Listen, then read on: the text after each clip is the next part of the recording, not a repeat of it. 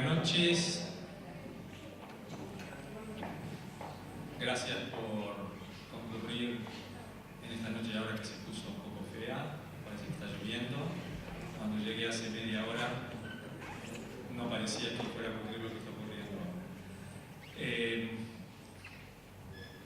Este es un evento que organiza a instancias de Florencia Sader, que con conocimiento de Luis Castelli, que ya se lo voy a presentar, y en consideración de toda la problemática que hoy tenemos en Punta del Este, donde el progreso está empujando y empujando fuerte, donde hay inversores que muchas veces no se fijan en la forma, sino en los resultados, y que sabemos que el progreso es difícil de detener.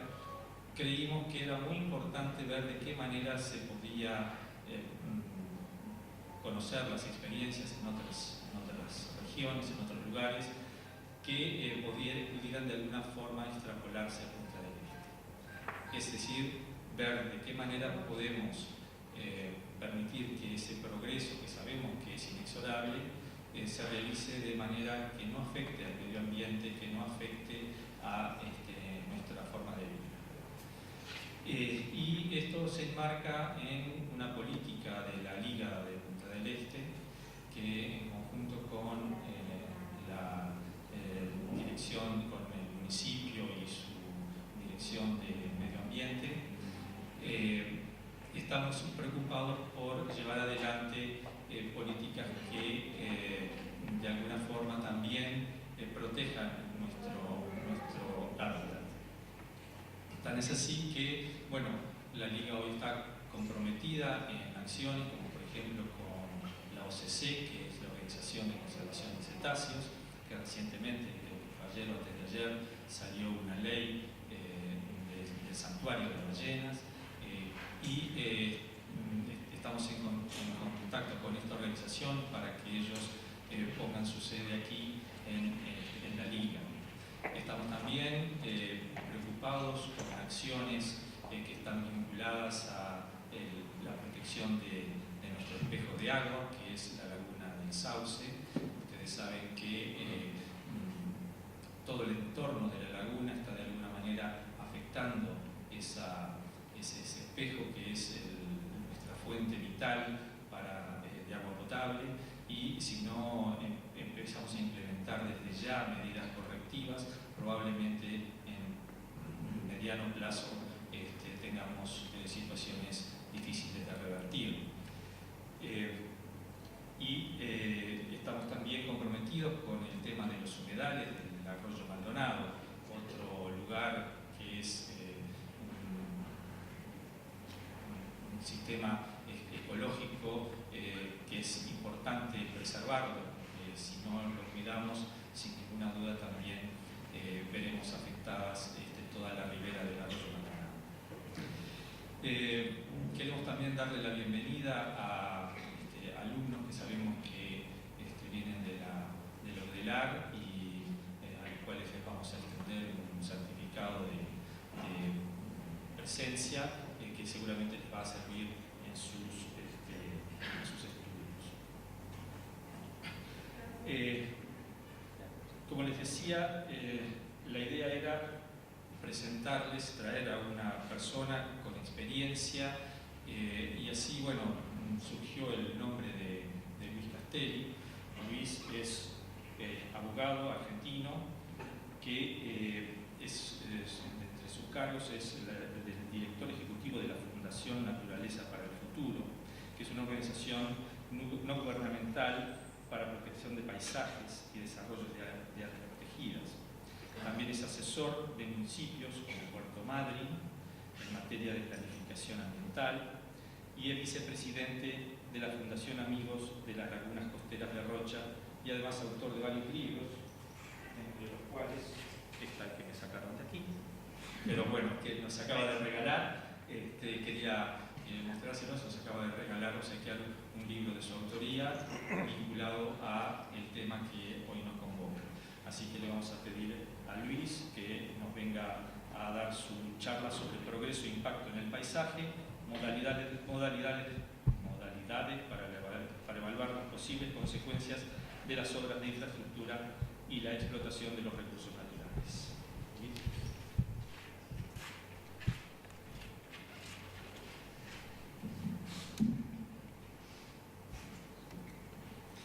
Muchas gracias, Javier.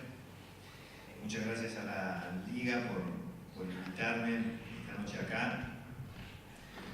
Gracias a Florencia, que viene poniendo toda esa energía para desarrollar todas estas actividades, para la conservación de un lugar tan bello como Punta del Este. Yo sé que hay muchas otras personas que están poniendo energía en eso, acompañándolas, también por lo que estaba comentando recién Javier, me parece muy buenas esas acciones. Y es bueno que muchos se sigan sumando a hacer eso, siempre es necesario. No por el hecho de tener un lugar bello, uno tiene la garantía de que va a seguir siéndolo. Yo creo que esa es una de las características para tratar de estar siempre atento. Bueno, les agradezco mucho que consideren que puedo aportar algo con mi experiencia aquí.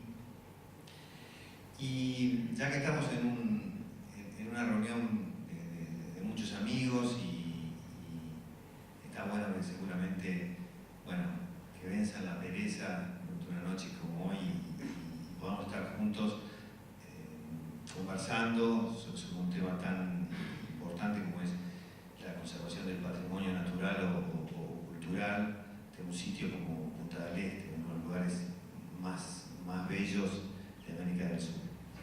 Y voy a desarrollar la charla con bastantes imágenes y voy a empezar con esta.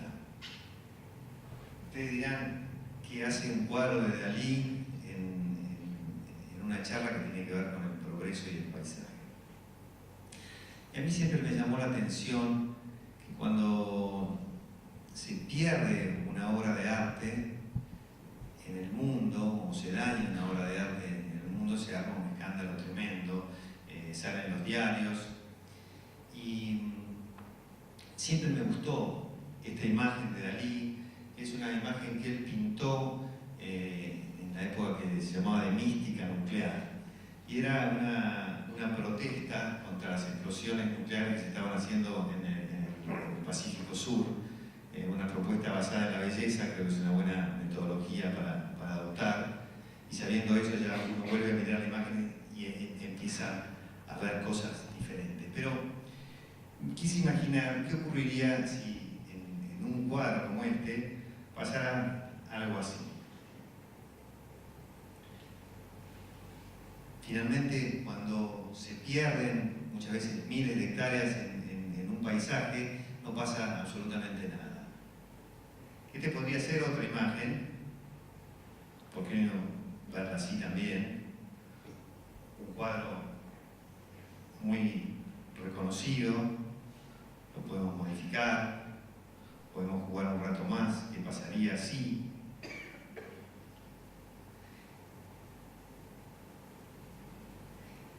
Y varias situaciones que modificarían esa obra de arte, que también es la naturaleza. Entonces voy a contarles un poco cómo se inicia este trabajo de conservación de paisajes. Hace muchos años estaba trabajando yo en un proyecto que me llevó a Puerto Madryn, que es en medio de la Patagonia argentina, costera.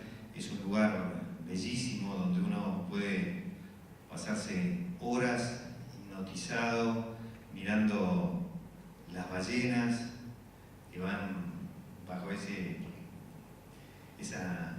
nube de agua pulverizada y que se juntan por cientos en la temporada de mayo hasta noviembre. Un lugar donde se ven cerca de la costa. Cuando les digo cerca de la costa, es bien cerca de la costa.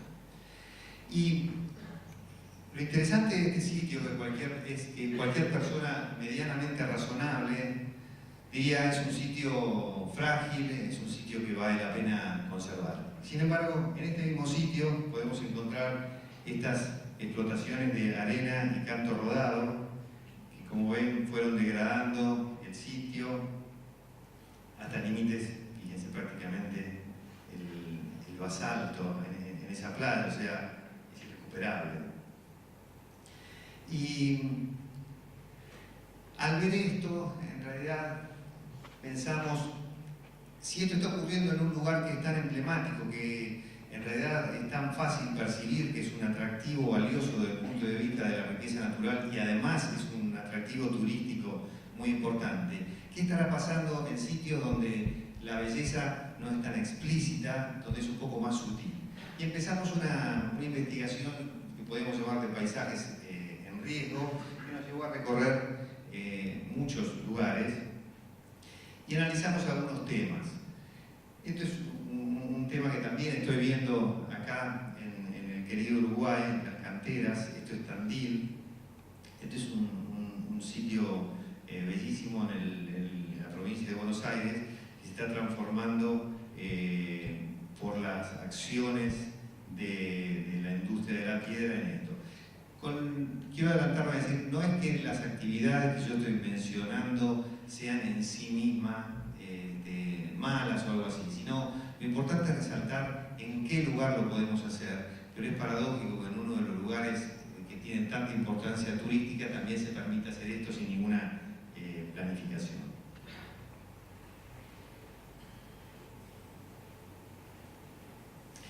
Esto es Ushuaia, el Parque Nacional Tierra del Fuego, un lugar de lengas encendidas, bellísimo parque, y esto es el ingreso al Parque Nacional.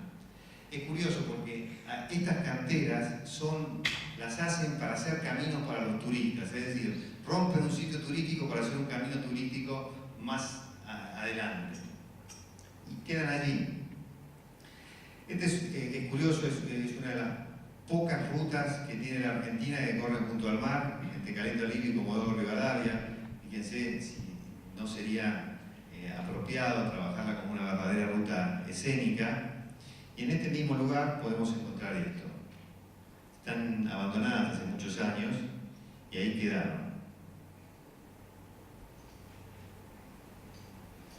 Así puedo mostrarles distintos impactos.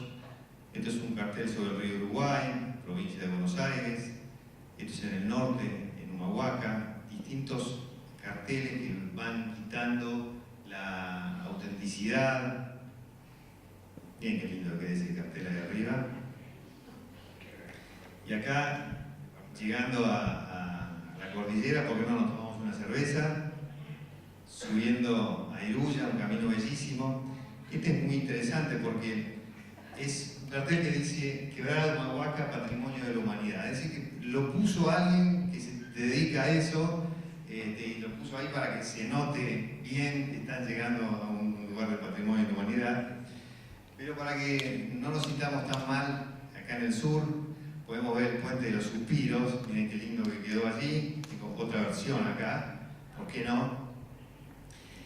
Y este es un nuevo sistema de publicidad, está en Buenos Aires hasta hace muy poco, y lo interesante, tiene una posibilidad de instalarse por 6 meses y por un periodo similar. Es decir, que uno, si vive acá enfrente, de pronto se encuentra que tiene como un vecino una gigantesca crema o un desodorante, un slip también puede ser, y lo tiene allí. Entonces, eso ayuda a financiar la obra y fíjense qué lindo que queda el sitio. Podemos hacer algunos cambios acá también.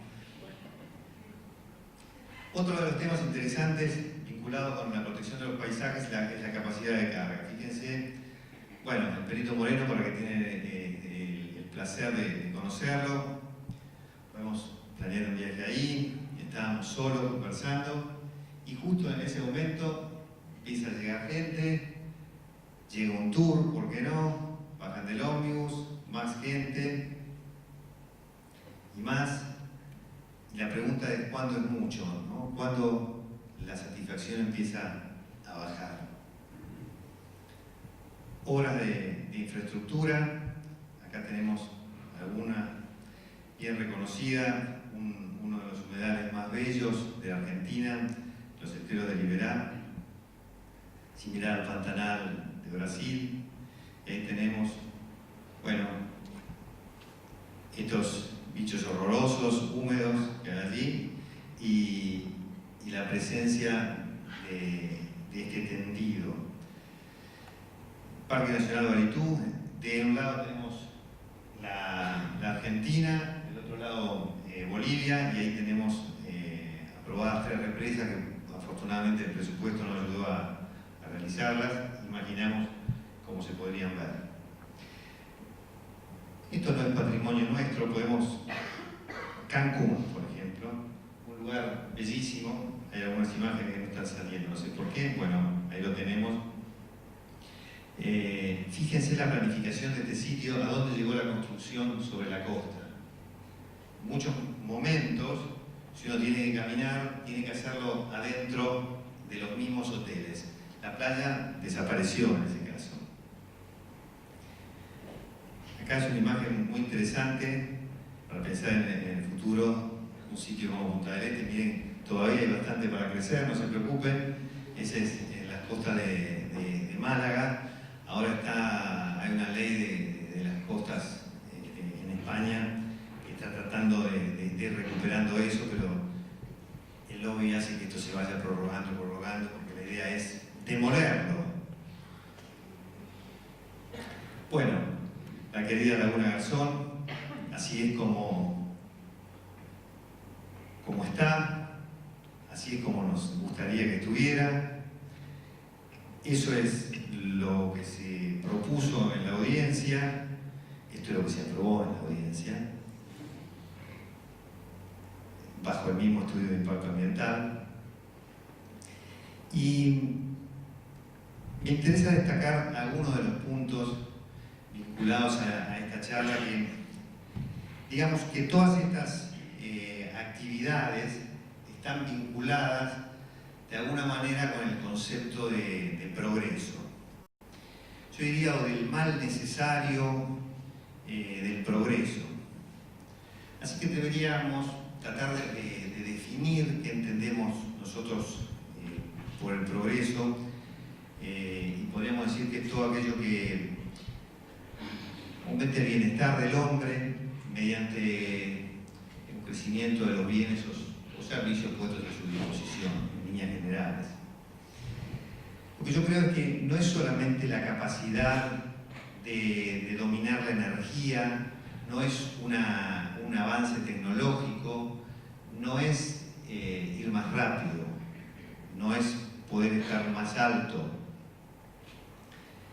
No podemos limitar el concepto de progreso a una eficacia operativa. Creo que es importante destacar eso. No podemos limitar el concepto de progreso a una eficacia operativa. Es que es propio del pensamiento occidental creer que el progreso es infinito, aunque los recursos naturales sobre los que se basa ese progreso no lo sean. Y tal vez sea un ideal ingenuo del progreso que puede poner en peligro nuestro sitio, los lugares más emblemáticos, la autenticidad de esos lugares, evidentemente de alguna manera nuestro planeta. Ahora, uno podría preguntarse, en estos casos, ¿es posible hablar de un progreso a costa de algo? Digamos, en un sitio, ¿podríamos decir que existe un real progreso si además un determinado desarrollo genera un inmenso riesgo o lo desvaloriza? ¿Podría haber un progreso objetivo y no estar acompañado por un progreso subjetivo? Quizás ese concepto de progreso puede ser interpretado como una patología, como un fundamentalismo como cualquier otro. Pero podríamos pensar que hay situaciones, pensemos en Chernobyl, pensemos en Fukushima, a posteriori. ¿Es realmente progreso la construcción de estas plantas? Y hay algo que siempre a mí me ha desvelado, y creo que muchas veces en las audiencias públicas nos planteamos, y es ¿qué ocurre con esos proyectos de desarrollo que cumplen con la ley? Porque muchas veces nos quejamos, bueno, este proyecto no cumple con la ley, por lo tanto no debería ser permitido. Pero la pregunta es, ¿qué pasa cuando los proyectos cumplen con la ley? ¿Es suficiente con que un determinado desarrollo cumpla con la ley? ¿O además necesitamos que sea acorde con la voluntad de los miembros de esa comunidad? ¿O además tiene que ser armónico con el sitio donde se va a instalar? Creo que no podemos llamar progreso a cualquier obra que se hace para contratar mano de obra circunstancial o paliar una crisis. Siempre hay una crisis para paliar y es necesario generar trabajo. Pero hagamos un ejercicio. Imaginemos un lugar que puede estar muy cercano acá, donde venimos para contar las estrellas o para ver la luna bañándose en el mar, y imaginemos que se reemplaza ese sitio por no sé si decir un masacote de cemento armado, anodino, que además nos contamina con una luz venenosa.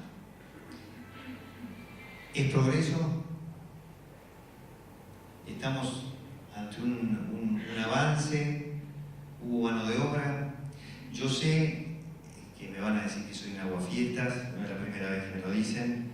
Sé que muchos estarán pensando que estoy abogando por el retorno a la época de las tinieblas.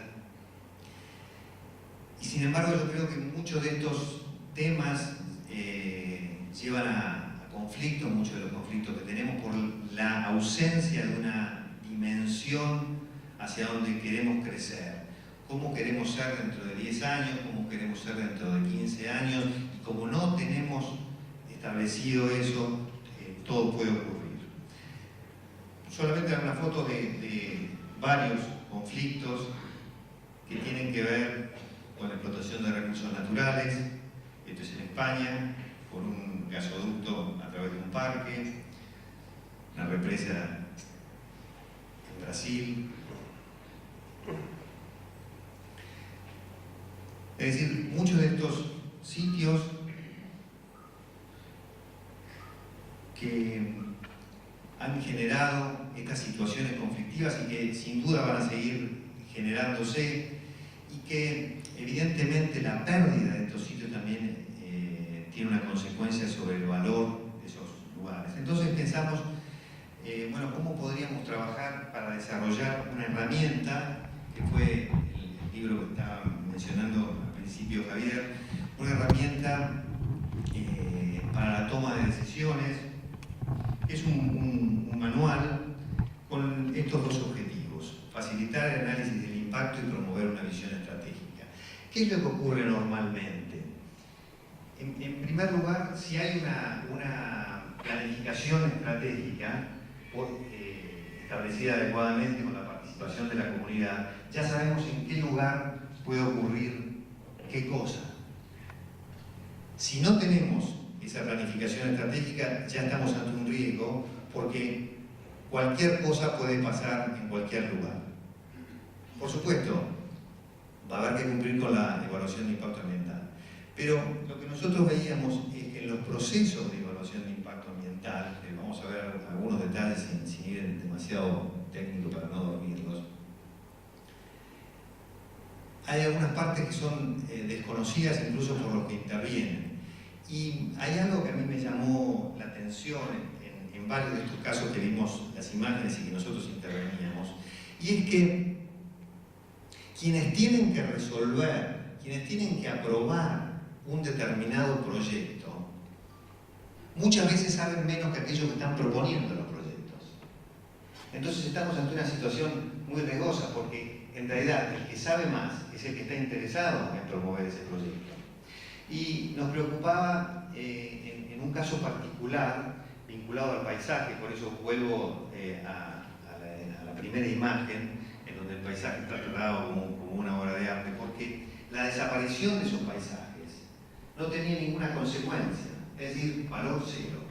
¿Cómo hacemos para ponerlo en valor? Y empezamos a tratar de desarrollar una metodología que pudiera ser entendible por cualquiera. Si alguno de ustedes tuvo la fortuna de ver una evaluación de impacto ambiental, hay un montón de líneas que van para allá, que bajan, y fórmulas, una persona común no la puede entender. Entonces, hay una parte del proceso que la comunidad desconoce. Es cierto que le dicen, lo vamos a ver un poquito más adelante, pero podemos adelantarnos si no obedecemos tanto al PowerPoint. Y es, bueno, tenemos que cumplir con un proceso de participación. Para hacer un proceso de participación previamente se necesita dar información. Y la información son esos 15 tomos que están ahí, está disponible en el público, en algún horario determinado. Y después lo pueden leer, no importa si lo entendieron o no. Es decir, no se intentan que eso se comprenda, y en realidad hay algunos aspectos que son muy difíciles de comprender porque son de carácter técnico, pero quien lo tiene que aprobar, un intendente de una comunidad muy pequeña y alejada, que cuenta, digamos, esas comunidades que están alejadas de los circuitos económicos tradicionales, pero que cuentan con un paisaje o una cultura que... Y esos que son los receptores del paisaje somos nosotros, es decir, en un caso pueden ser en los receptores del paisaje los árboles que han sido dañados, y los receptores del atractivo visual que somos nosotros. Por eso, cuando se hace una evaluación de este tipo, tenemos que considerar. Estos son criterios para establecer cómo es el impacto en un atractivo visual. Si es sobre propiedades residenciales, hoteles, senderos públicos, miradores, etc., podemos decir que es alta. Podría llamarse de un modo diferente. Este es un modo que elegimos para hacerlo adecuado a cualquier persona y que lo pudiera comprender. En colegios, sitios de recreación o deporte no vinculados especialmente a disfrutar del paisaje, si hay un impacto allí, podemos decir que es un impacto medio. Y si es una zona industrial, de oficinas u otros lugares de trabajo, es baja. ¿Esto qué tiene que ver? Y fundamentalmente es una manera más, hay muchísimos de estos gráficos que tiene el libro, no se lo voy a vender porque está gratis, para bajarlo en internet está disponible, y ese fue el objetivo, que en cualquier comunidad o organización no gubernamental lo pudiera bajar y utilizar. Son como gráficos que uno puede ir al campo y anotar, me parece, tiene esto o lo otro. Bueno, esto tiene que ver con qué hacemos con ese paisaje, si es un sitio donde lo vamos a disfrutar, o es un lugar donde quizás hay una fábrica que no tiene ventanas. Entonces, a los efectos, y no estoy hablando de cuestiones, en este caso filosóficas, del valor del sitio en sí mismo, a los efectos de la valorización del impacto sobre un atractivo visual, tenemos una manera de clasificarlo. Bueno, esto era algo que ya les adelanté, las ventajas de la participación ciudadana, que vamos a ver. En realidad, ¿de qué se trata el tema de la participación? Y es, en realidad, poder analizar no lo que no pasa, sino lo que no pasa todavía, pero podría suceder. Ese es un concepto que tenemos que tener en cuenta. ¿Qué es lo que nos interesa de una evaluación de impacto?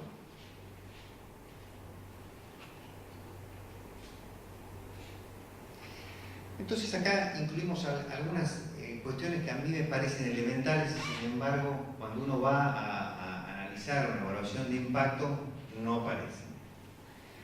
Por eso lo pongo como herramientas visuales básicas. Esta es una cosa que la puede hacer alguien nomás con una linterna, si uno pudiera rotar como un faro los lugares donde están. Y fíjense que ahí podemos saber perfectamente desde dónde se verían alguna posible construcción. Es algo muy elemental, es una cuenca visual, muchos lo conocen, pero es necesario que el público pueda entender esto. Y algo que es más fácil todavía es, esta es una zona de influencia visual. Si imaginamos que el proyecto está en el centro, en este punto azul, y cada uno de los círculos podemos decir que tienen 1 kilómetro, 2 kilómetros y 3 kilómetros, o 5, 10 y 15, una cosa así. Pero lo importante es poder mostrar en el mapa desde dónde se va a ver. Y si uno va en las últimas evaluaciones, incluso locales, uno dice, pero ¿desde dónde se va a ver? Y bueno, va a tener una incidencia, o sea, algo que sea fácil. Lo importante es llevar una herramienta de lo más elemental para que esto pueda ocurrir. Y algo que a mí me interesa resaltar, esto lo hicimos hace unos cuantos años y sin embargo sigue ocurriendo, y es la necesidad de contar con un fotomontaje, porque parece que si uno va a esos estudios de oficina y le dice va a tener tanto y empiezan con el FOT y el FOS y en altura y en relación a una cosa y la otra, pero ¿cómo se va a ver esto? Esto es una propuesta, por ejemplo, algún amigo de ustedes que dice voy a proponerles un lodge en la selva y viene el lugar. Ahí está como se ve. Lo podemos ver ahí, lo podemos ver acá. Miren qué lindo. El peligro de esto es que a algunos quizás les gusta. Bueno, tengo algunos amigos que incurren en eso, pero bueno, ¿qué va a hacer? Entonces, lo importante es poder verlo. Eso es la manera más fácil de que la persona común sepa, bueno, ¿cómo se va a ver esto? Porque al final yo quiero saber cómo vamos a ver los generadores eólicos. ¿Me va a afectar o no me va a afectar? Y va a estar a tanta altura y va a haber un ángulo y la luz va a dar.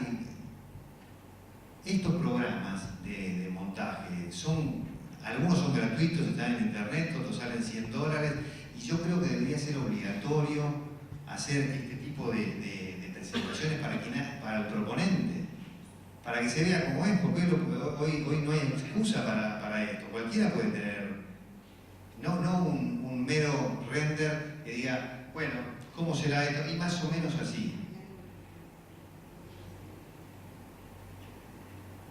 Una cosa interesante, también, yendo a algunos detalles de los paisajes, es la importancia, bueno, de las texturas, de los colores, de cómo va a ser la iluminación, porque todo eso va a contribuir a afectar ese atractivo visual. Si me aparece una mancha de color, una mancha blanca, si aparece algo que no tiene nada que ver con el ambiente que está alrededor. Les voy a mostrar algunos ejemplos. Acá, ustedes creerán que están viendo un grupito de casas, y sin embargo hay 2 grupitos de casas. Uno que se hizo antes y otro que se hizo después. Lo peor de todo es que el que se hizo después es el blanco, pero fíjense la diferencia, con qué poco se podría haber bajado muchísimo el impacto visual de allí. Las primeras casas, que casi no se ven, están hechas del mismo color de la montaña. Y es algo elemental, estamos hablando del color de las construcciones. Ni siquiera estamos discutiendo lo apropiado o no de hacer esto frente en Humahuaca, en Tilcara. Algo básico también, ¿para dónde tienen que llevar las luces? Porque ahora todo parece que tiene que estar iluminado, y justamente uno de los más bellos paisajes es el que no podemos ver, porque se llenan de luces por la seguridad y demás, cuando podría ser una regulación que es importantísima. Por supuesto que son todas cuestiones que al momento de tomar la decisión y uno discute con la autoridad, lo mira como si estuviéramos hablando de cosas superficiales. Uno de los más bellos paisajes que se están perdiendo también. Bueno, acá algunas de las tablas, solamente muestro esta a los efectos de comprender que se trata de una metodología intencionalmente subjetiva y simple. ¿Cómo sería si una obra tiene un impacto severo? Bueno, cuando la propuesta se convierte en un elemento dominante del sitio subordinado a otros elementos. Cualquier persona media lo puede entender, se transforma en algo dominante. Veamos la moderada, hay solamente algunos elementos visibles y ninguno cuando ninguna parte del desarrollo se ve, entre medio la diferente graduación. Para lo que voy, eso son cosas elementales que podríamos tener acceso. Estas son tablas como para ir y ver en un campo y hacer una lista que uno va chequeando si es un tipo de formación, si hay actividad productiva, si no hay actividad productiva, cómo es el suelo, si hay comunidades cercanas y demás. Todo lleva a un tipo de cuadro, y después uno tiene toda esa información clasificada. Y acá está uno de los últimos puntos que quiero tocar, y es la participación, que lo veníamos adelantando, como un mecanismo fundamental, donde tenemos, bueno, primeros aspectos a determinar: ¿quién es el público que está interesado? ¿Cuál es el contenido de la información? ¿Cómo vamos a informar que esto ocurre? Porque normalmente cuando nos quieren encontrar, nos ponen aviso en todas las esquinas, pintan las paredes para decir miren lo bueno que puedo hacer o lo bueno que hice, y nos prometen todo. Pero el momento que hay un llamado para una determinada propuesta de desarrollo, aparece en un boletín oficial, no sé quién lo lee, o en algún avisito así muy pequeño. Entonces, eso, estamos cumpliendo con el deber de información en ese caso. Ese es un punto fundamental. Yo creo que los procesos de evaluación de impacto ambiental podemos clasificarlos según la manera, según la importancia de la información y la participación pública. Digamos, si son meras teorías o se está promoviendo que eso realmente ocurra para que la gente pueda aportar y dar lo mejor que tiene. Esto, vuelvo a insistir, no quiere decir que la gente tiene que tomar ninguna resolución, pero sí es muy útil a los efectos de evitar conflictos tratar de provocarlo. Porque además es muy enriquecedor en muchísimos casos, mucha gente que uno puede decir, bueno, ¿qué vas a ver? Y sin embargo conocen el sitio y nos pueden dar alguna perspectiva muy interesante.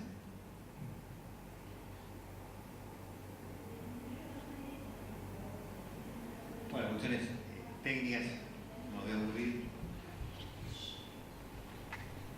Y esta imagen, antes que se me dispare, bueno, teóricamente vamos a dejarla que corra ahí, pero esa imagen de la gente participando, a mí me parece fundamental, porque yo creo que la gente que habita un lugar está hondamente marcada en su idiosincrasia por las características del medio. Entonces, cuando los proyectos de urbanización no contemplan estos aspectos, fatalmente terminan desplegando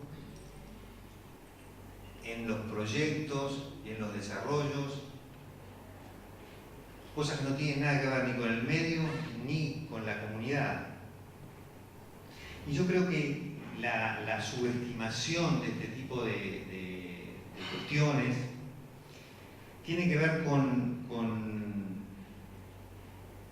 un deseo con lo coyuntural, con un análisis de lo coyuntural, diría de un interés puramente pragmático, vinculado a la rentabilidad inmediata que puede tener. Y como no hay digamos, cualquier otra mirada parece no tener lugar, porque para que haya un análisis